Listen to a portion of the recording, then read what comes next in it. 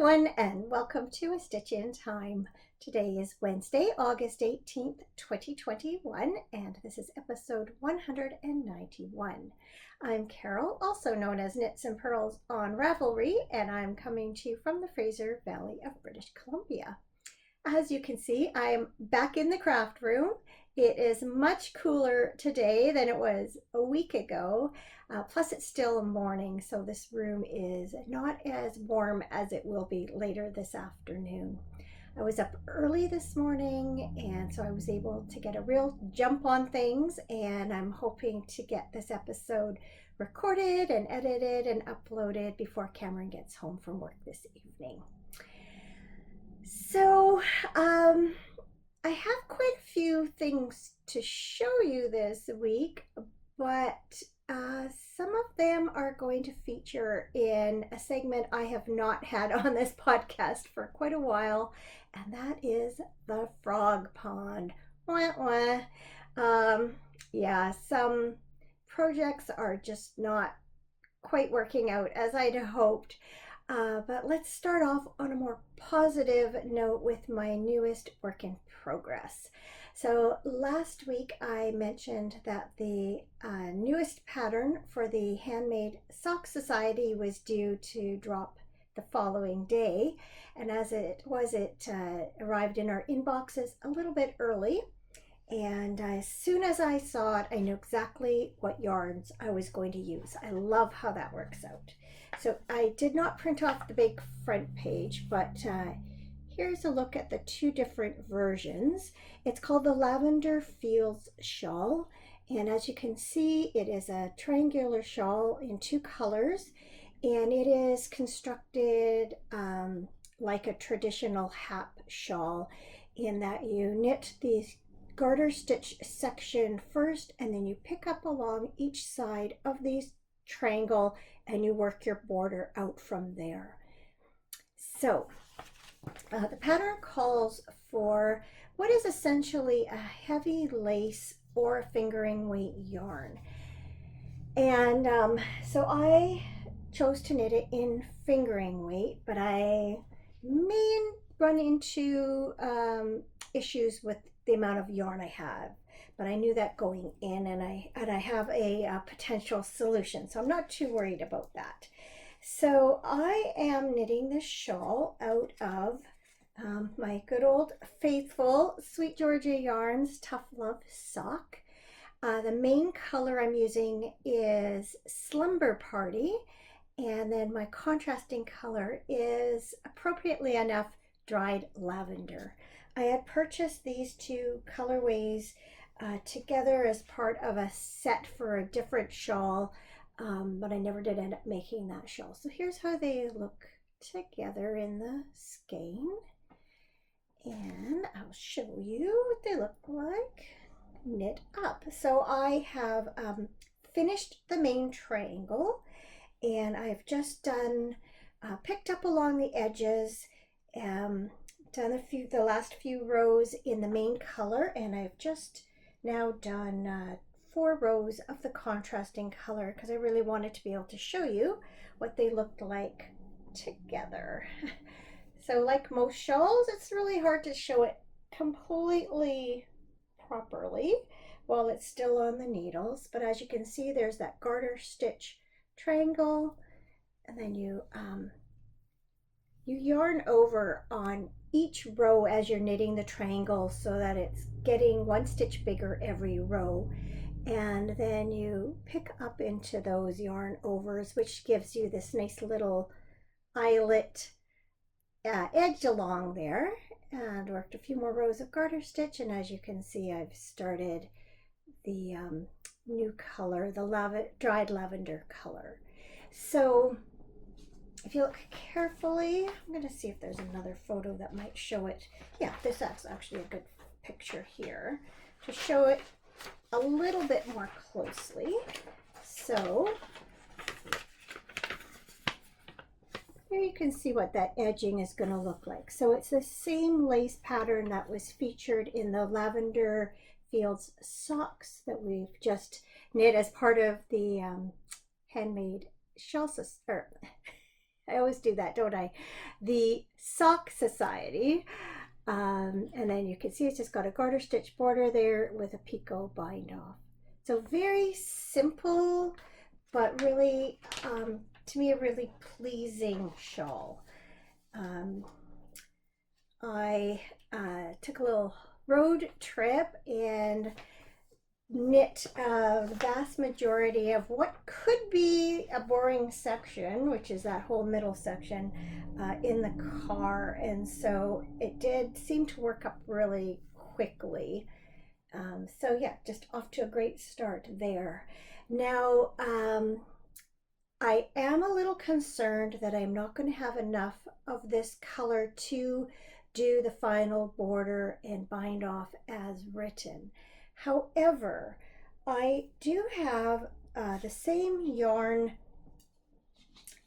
in the colorway Dusk that I used for my sort of failed attempt at Light Ease. It was a sweater. I had this as the beginning, and then I had some yarn from Ancient Arts for the main body, and I think it was just going to be too big. I can't remember even why I took it apart, and I think I saved this yoke and collar section just in case I wanted to knit it again a little bit smaller. So much time has passed now, I'm not convinced that's going to happen. So I do have all of this plus a little bit of a ball which I could use. So as you can see, it does blend in with these colors. I need another hand. It certainly complements these colors very well. And so if necessary, I will incorporate it into the shawl on that final border section. Either I'll knit the border with this and maybe bind off. Well, I could even bind off with this color if I decided, or maybe I'll knit it in this, bind off with this. I'm not really sure. It's going to depend on how far my yarn goes. So I'm not too worried because I do feel like I have definitely have options. So we'll just knit away and see where that goes. So as you can see, that is knitting up really well. Unfortunately, I have some other projects that just I'm not as enamored with.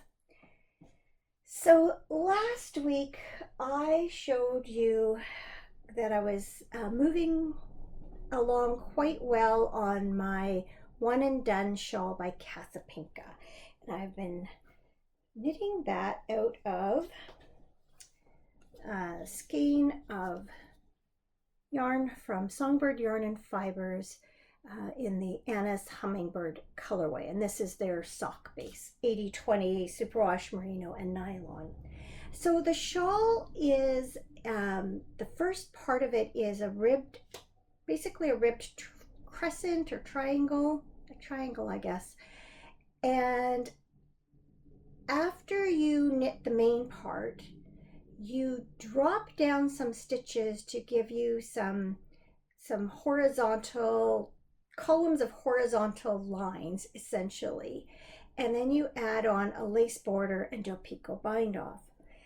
And I know when I was showing it to you last week, I kind of commented that I still had a fair bit of yarn left, and so I was going to knit a few more rows of the lace border, which I did. But then I have to say, I still looked at it and went, wow, I still have tons of yarn left, and this shawl could stand to be bigger.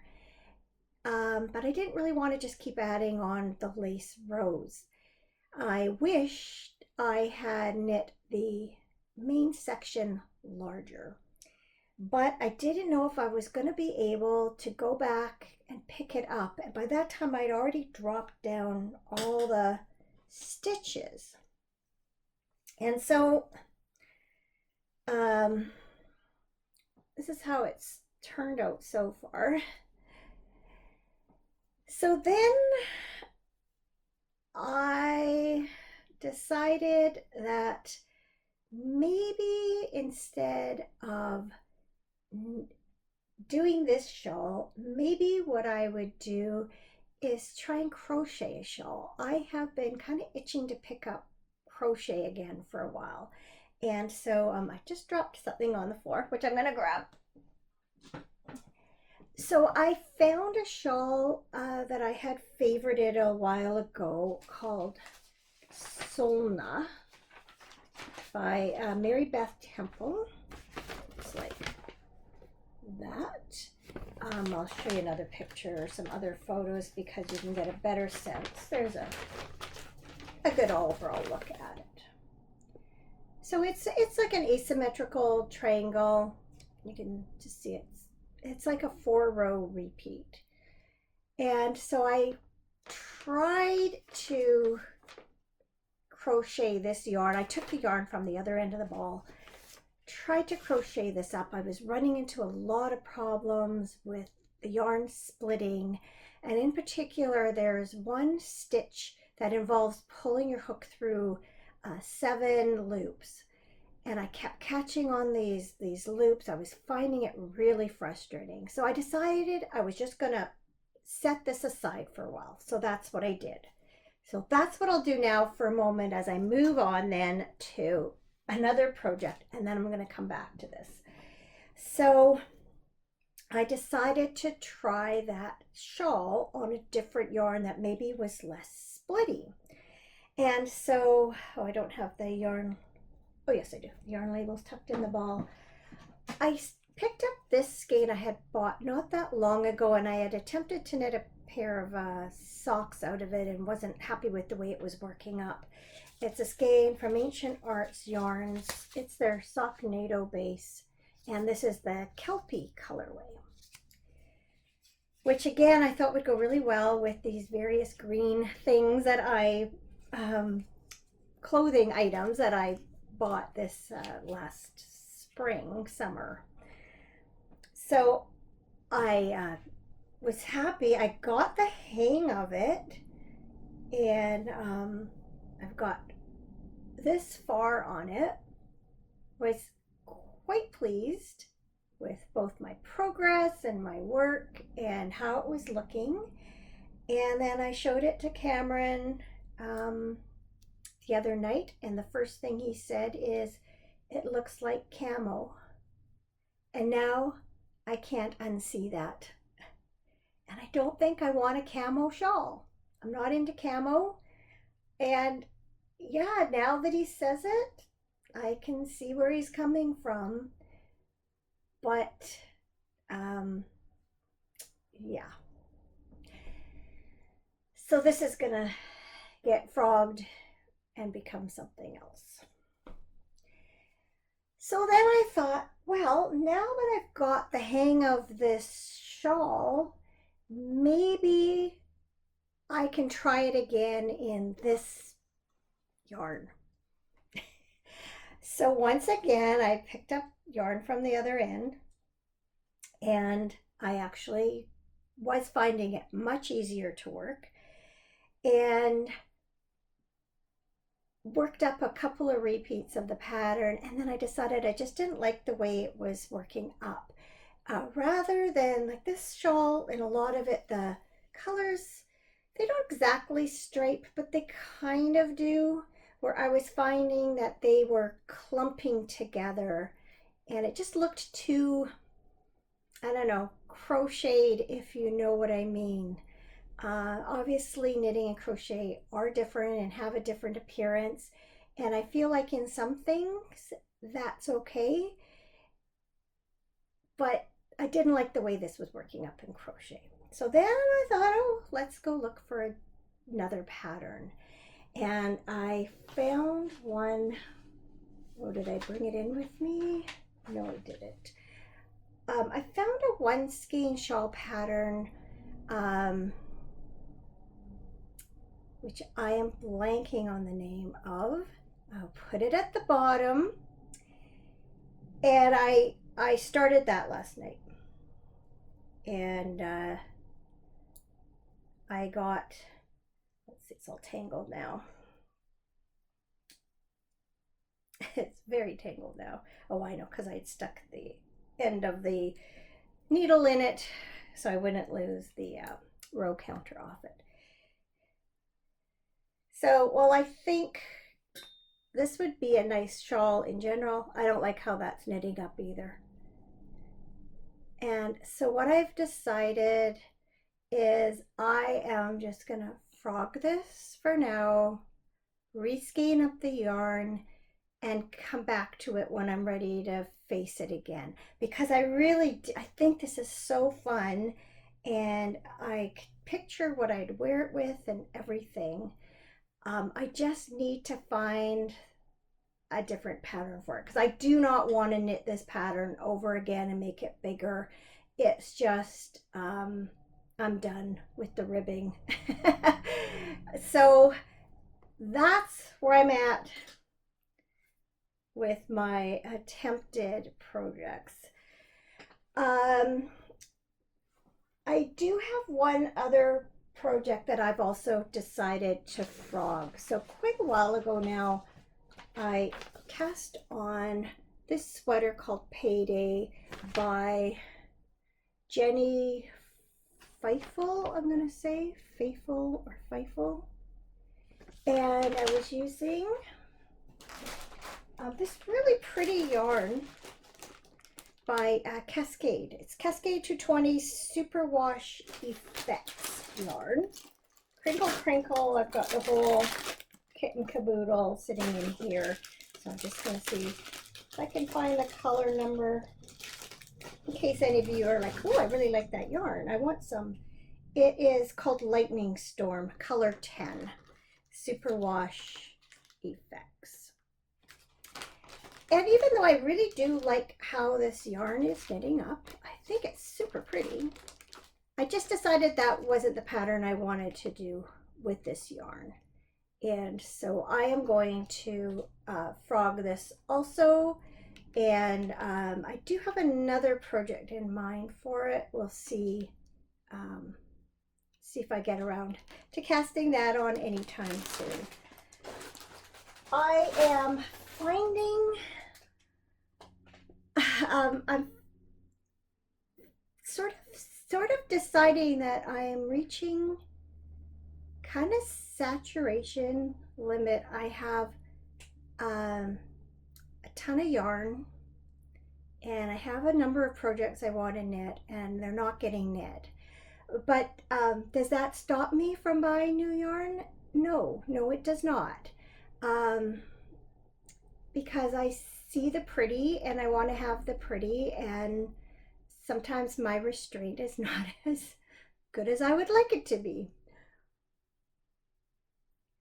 Case in point, I was at our daughter's birthday party a couple of weeks ago, and her friend Melissa was there. Melissa's the person, I'm just going to see if it's sitting here.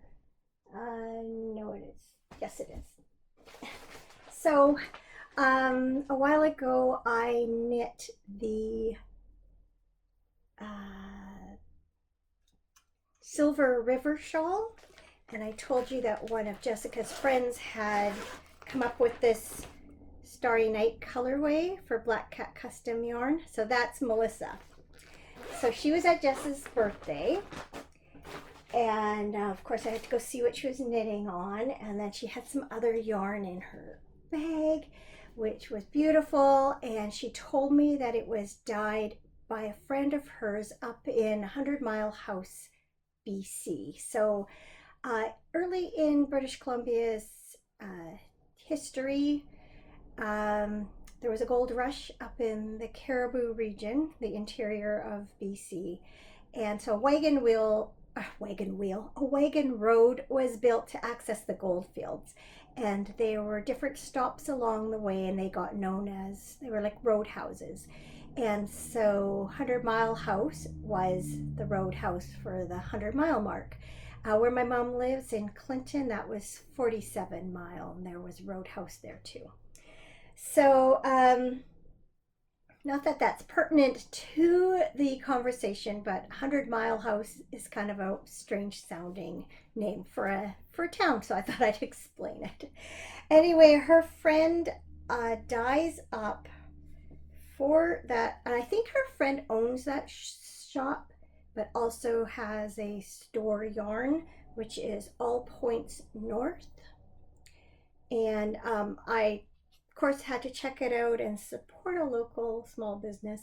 So what I think is funny, on the labels it says hand dyed with love and possibly swear words in 100 Mile House, BC. And so the name of the yarn shop is Impossible Knot. There's their web address. And then this is the merino sock base in the cowboy colorway. And again, I was thinking this green, yellowy green in here would work up really nice for a little scarfy shawl to match some of my clothes. Plus it's called cowboy, and I'm a sucker for cowboys.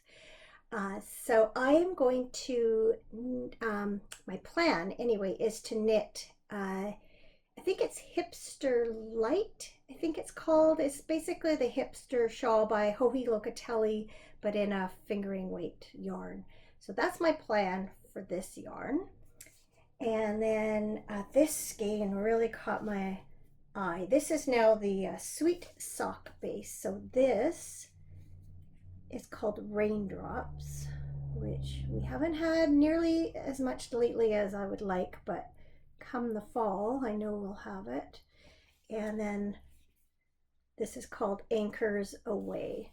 They go together very nicely. We'll make a nice probably be a 2-color shawl. So yes, just what I need, more yarn. But I know many of you know what I'm going through. We have temptation all around, and sometimes it's just really hard to resist, especially when it's so awesome. So oh, and then on the invoice for it, look at this. Isn't that the sweetest little stitch marker? So I look forward to using that. I think that would be a great one. It's like on one of those light bulb stitch marker things. That will be a great thing to like mark the right side and wrong side of a project, and it's very light, so it shouldn't weigh it down too much. Okay, yes, that is all the yarny talk.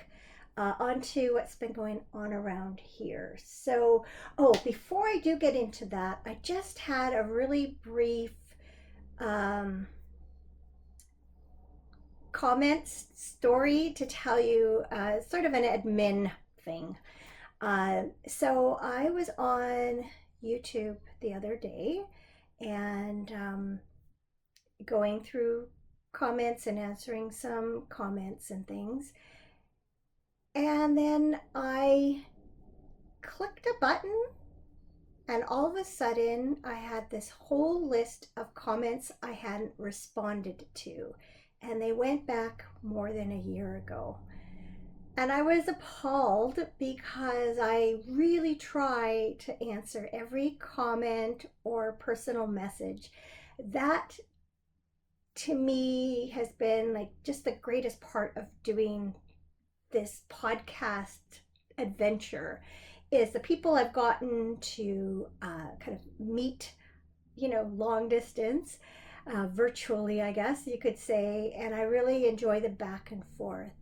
And my mom raised me right, and it was the idea, if you got a letter, you wrote back, and I value that part. I can talk to my computer and send it out over the interwebs, but what really makes this gratifying is I get to hear back from you, and I get to see the kinds of things you're working on.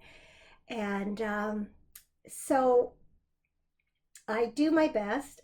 I will see the notifications that come up on YouTube, and usually they're only stemming from an episode, the most recent episode, or maybe one or two back. So it's been easy to keep up with them.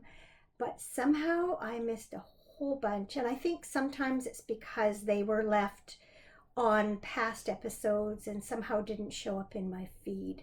So I went through, did a whole bunch of hearts. I didn't reply except if people asked me specific questions.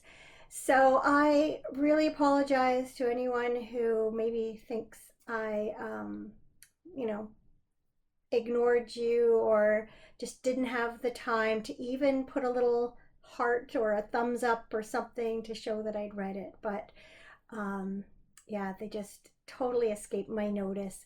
So at least now I know where to go and be able to keep up with them from now on. So felt really awful, especially when I saw how some were so long ago, and you've probably forgotten you left a message, but I just felt so horrible about that. Okay, so last time I spoke to you, I mentioned that I was planning to go up to our cabins for the weekend with our youngest son, Colin. And I said the only thing that would maybe not make it happen was that if it was really smoky up there, because the location is kind of surrounded by wildfires, off in the distance, but the region is getting smoke from different fires. So I talked to my mom.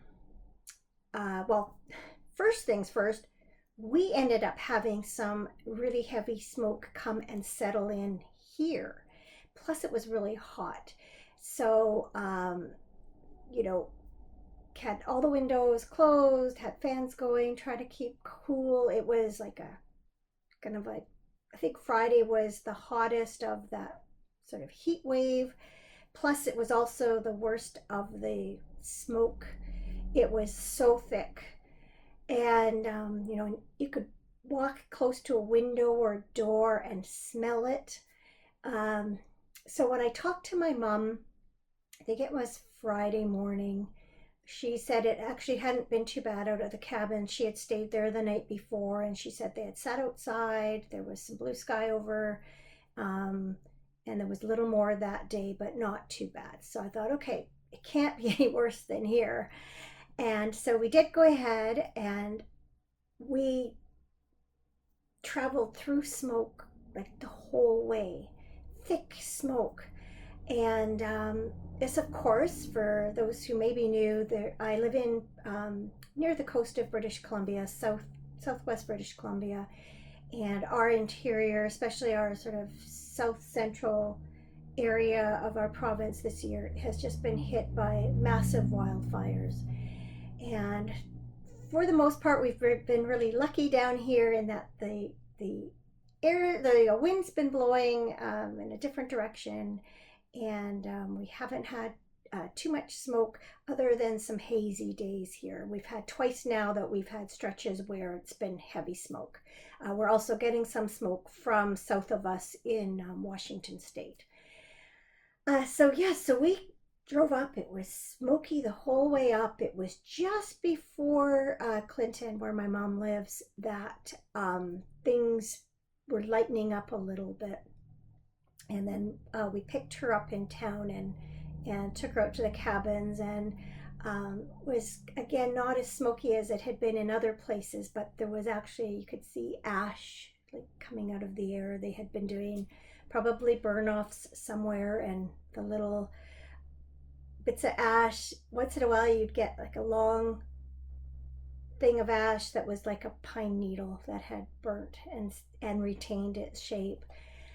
On our way up, we passed through where the Lytton fire had traveled.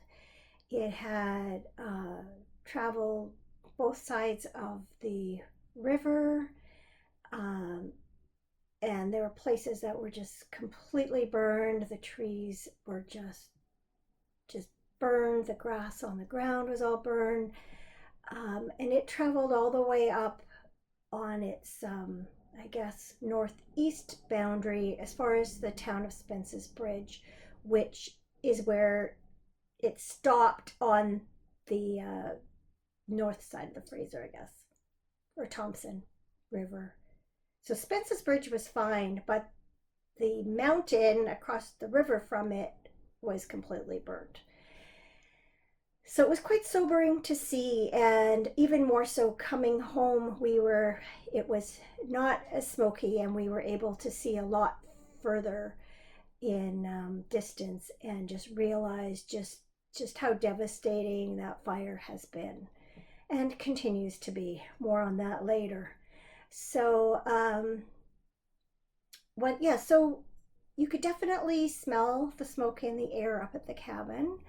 Um, and when I got home and was unpacking my clothes, they smelled smoky. Even clothes I hadn't worn or had barely worn, I ended up putting in the laundry because I didn't want to hang them up in the closet or put them back in my drawers. Uh, it was lovely to see some of my relatives. My one cousin, I know I've talked about him before. I always say he's like the brother I never had. He grew up close to us, where I grew up. They were just he and his family were just a few blocks from our house. And of all my cousins, I probably saw that family the most. And so he and his wife were there. They have two adult children, and his son is married, and they have three children, and including a quite new little boy, just a few months old. So their whole family was there. And then I also, my second cousin and her partner, so she has two daughters, and then he has one daughter who who I had not yet met. I had met him briefly a couple of years ago when I drove my mom out to Edmonton to go see my aunt and uncle. So they had knew we were coming, and so they had delayed their departure by a day so that we could see them. So I spent the evening with them, first outside, and then playing games inside. Saw them a little bit the next day. So her partner's daughter, I think she said she's 11, and she is just this amazing little crocheter. I guess she taught herself how to crochet from YouTube, and she was walking around outside with a hank of yarn, like a long skein of yarn tucked under her arm, and she was crocheting away. So she had a little circle with some sides that had been started, and I asked her what she was making, and she said she didn't know. And I said, oh, that looks like it could be a drink cozy. And then her dad happened to be holding a skinny can that was exactly the right size for it. So she crocheted this cozy. She crocheted hard and something else and sewed them on. Like before the evening was over, this thing was already finished. And we got there at 8 o'clock. So it wasn't like it was a long evening. And the next day she had some black yarn with bright neon colors, and she was, I think, making another drink cozy. And then my cousin's daughter, she's about the same age, she was crocheting up these little flowers, and she had just sort of making it up as she was going along. So it was kind of, apparently that one also sews. So it was kind of cool to connect with these two young girls, that they're so enthused about their crafting. It was also good to see their older sister again. She's all of a sudden, she's taller than I am, and a young lady, she's 13. So quite a few changes since I last saw them a couple of years ago. So it was great to spend time with them. And then also with my cousin and his family, and got to hold the baby a few times, and he's just at that nice cuddly stage when he wakes up, and he really likes looking around and interacting with his older brother and sister. They're 7 and 5. So enjoyed chatting with them too. They're really cute. Totally different personalities. The boy is very serious, very thoughtful, kind of intellectual, and little girl's just a little chatterbox. And um, they like to come down to our cabin because there's different toys down there that they like to use, and so they'll just come in. I think one day it was about 8:30 or something. Hear this little knock on the door, and came in and play with the toys and stuff. So an excellent weekend. My mom had stayed out there with us, so we enjoyed also in the evenings playing Yahtzee. That's my son and her. That's what they always do when they're together. He'll go up there once in a while on his own and take her out to the cabin, cook her dinner, and they like to play Yahtzee. So this time I was in on it, but I think they were tempted to kind of like kick me out of it because I beat them soundly the first two games, and then I quit and went to read my book, and then they played a game on their own. And then the next night I won, I think, the first game, and then all my luck went away and I lost badly. I'm sure they were relieved.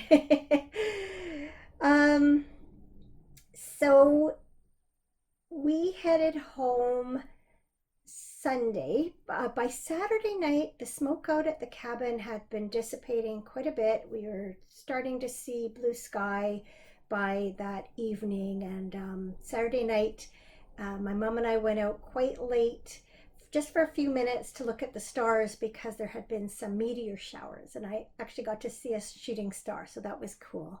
And up there, there's no light pollution at all. You're out in the middle, and well, not the middle of nowhere, but it's, other than our cabins, there's no one like really close to give the ambient light. So look up in the sky, and it took a little while because it was still somewhat smoky, and then the longer you looked, the more you could just see the stars appearing. And they're just, when it's a clear night up there, they're incredible. So when we left the next morning, it had lightened, the smoke had dissipated quite a bit. We had mostly sunny skies, and then as we drove home, the smoke decreased. By the time we got home, there was just a light haze on the mountains, and even that by a few hours later had completely disappeared. So came home and opened up windows and aired out and cooled off the house for the first time in probably a week or so. I was able to do that. So Colin and I on the way home had been discussing Indian food and had decided to do takeout that night. So he arranged to go get dinner and bring it back to my house. And then I had ended up talking to our other son, Matt, and he decided that he and Stephanie were going to come and do the same. And so the three kids came over. They're not kids, but my kids came over. So we had supper and just had a nice little get together, kind of impromptu. And then later that evening, it seemed like all hell broke loose in British Columbia. The first inkling of that was one of my sisters messaged that the highway that Colin and I had driven home on had experienced a rock fall, and if the highway wasn't already closed, it was going to be. So I went on to we have something called Drive BC, which is a website that you can look on to see different road conditions. And even though I could get on the website, it had 0 events, and I knew that wasn't right. And my sister said, yeah, you've got to go on their Twitter feed. There's just, everyone's looking at it. Because I think then it was also that night that another major highway closed because of a fire. And then I started reading the Twitter feed, and they had reposted various tweets from the BC wildfire service. And I guess it just got really windy, and there were a number of fires that went through their containment lines, and there were a number of either evacuation alerts or orders that had been put in place for, in some cases, entire communities. And unfortunately, there were a number of structures lost because of that. Um, and then, if that wasn't bad enough, the we had rain that night, and some areas got more than others. And it turned out that the next day there was a big mudslide along the route that Colin and I had taken to come home. And it's actually Highway 1, it's our Trans Canada Highway. So you can just imagine what a mess our province was in, with various highways closed because of mudslides and fires and different communities trying to evacuate. It's just not ending. Um, the relief or rain might have offered some relief to some areas, but now our weather is heating up again. Not to the extent that it was, thankfully. But then the other problem with sometimes with the rain is you get lightning alongside it. It is, it's just been heartbreaking to read of people's losses, and some of the footage that was coming out of Sunday, especially Sunday, Monday, was just apocalyptic. There's just no other way to put it. So I had thought that I might go up to the cabin again this week. I had another second cousin coming up, or planning to come up with her family, and their plans have changed. So they are not coming this week, which is just as well, because it would be difficult to get there, and probably not wise. Our premier has sort of put it out there that if you don't have to travel these highways, please don't. And I somehow doubt that they'll go through their plans. They thought they might end up at the cabin next week instead for a couple days, but even if they do, I am not sure that I'm going to even venture out. Not with the way everything's going. It's just so unpredictable as far as both fires and now these mudslides, rock falls, and it's all related. It's between the hot weather making the rocks crack, and then the rain, and they're unstable and washed down. And so I think we're going to stick pretty close to home. The smoke has come back in. I woke up this morning. It's a little kind of hazy again, and they were predicting that we might get more smoke down here. So I've closed all the windows again. It is sunny after a little bit of overcast weather, cooler overcast weather, which was lovely. But even so, with the sun, I think it's only supposed to get up to about 25 degrees today. That's 80-ish in Fahrenheit, so not too bad. Certainly not in like the high 20s, low 30s, or how it has been several times already this year. Unfortunately, British Columbia's COVID-19 cases are on the rise again. We're seeing daily totals that we haven't seen since, I think, early to mid-May. Not surprisingly, the vast majority of cases are occurring among the unvaccinated or partially vaccinated. And now the age range has shifted quite a bit. It's now mainly people 20 to 40 years old. Unlike earlier in the pandemic, when it was older people that were tending to get sick. So one particular area of BC has been hardest hit, and so the government has mandated stricter policies for that area, back to indoor mask use and limited dining, etc., etc. But they are rising everywhere. So I had kind of eased up on my mask wearing in public, like for grocery shopping and stuff, but I'm I'm reconsidering that. I'm going to start putting that mask on again when I'm out in public, just because you just don't know who you're around. I know the people in my immediate circle are all vaccinated except for the little kids. Um, and I also am confident that even if I were to get sick, that I won't get severely ill. But it's still disturbing. It's, just when you think, it's sort of like what happened last summer. Our case counts were really, really low going into the summer. And then actually, coincidentally, it was that same town that had the outbreak, the beginning of it last year. And then our cases really went high.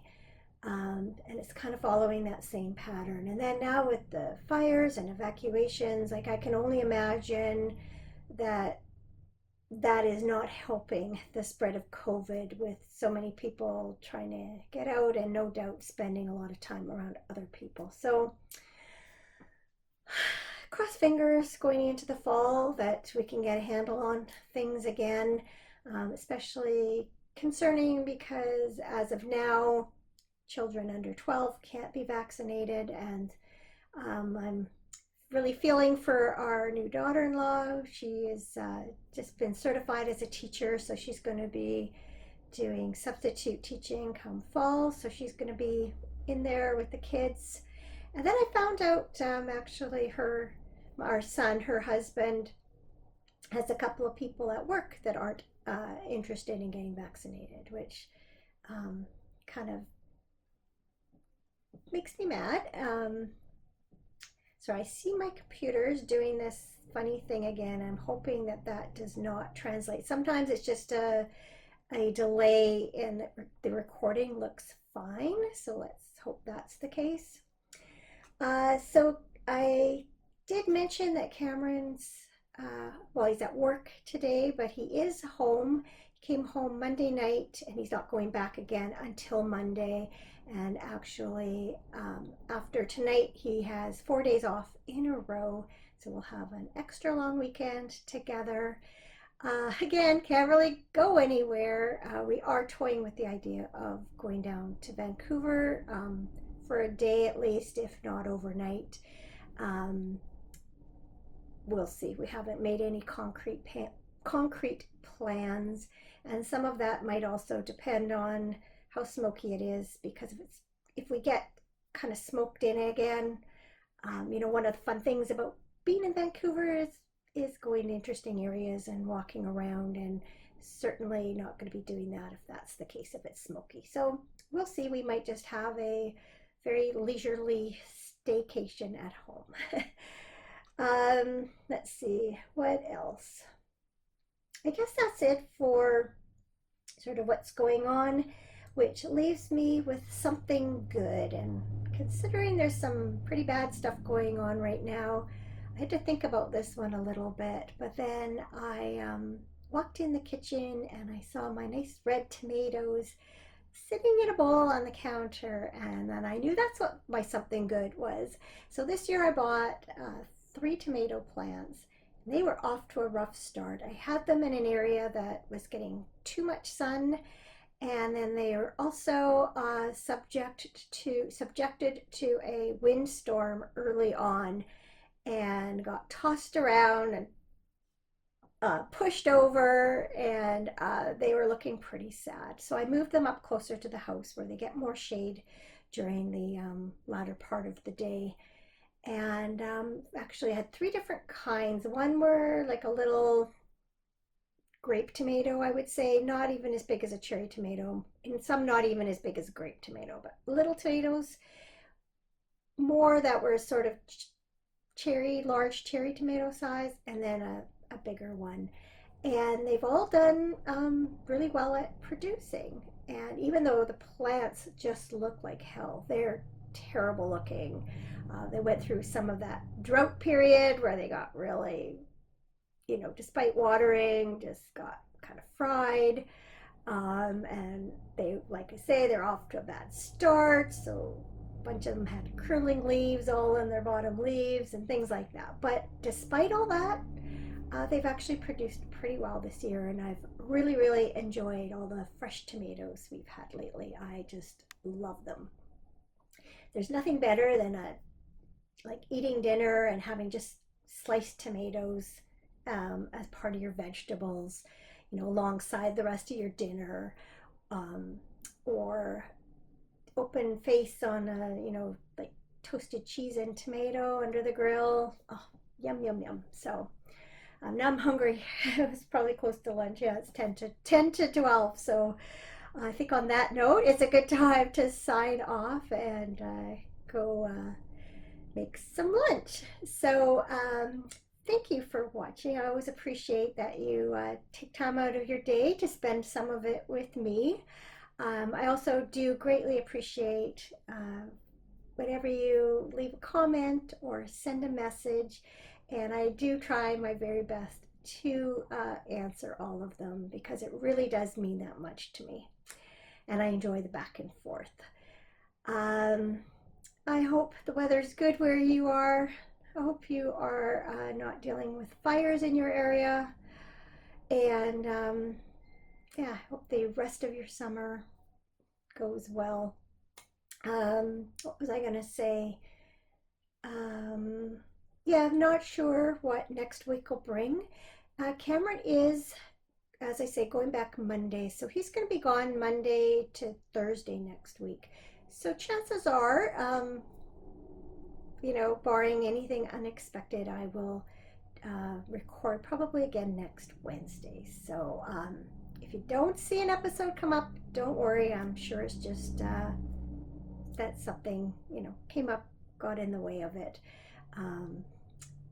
So yeah, I think that's all I have to say. So take care until next week. Enjoy your crafting, and I'll see you again very soon. Bye.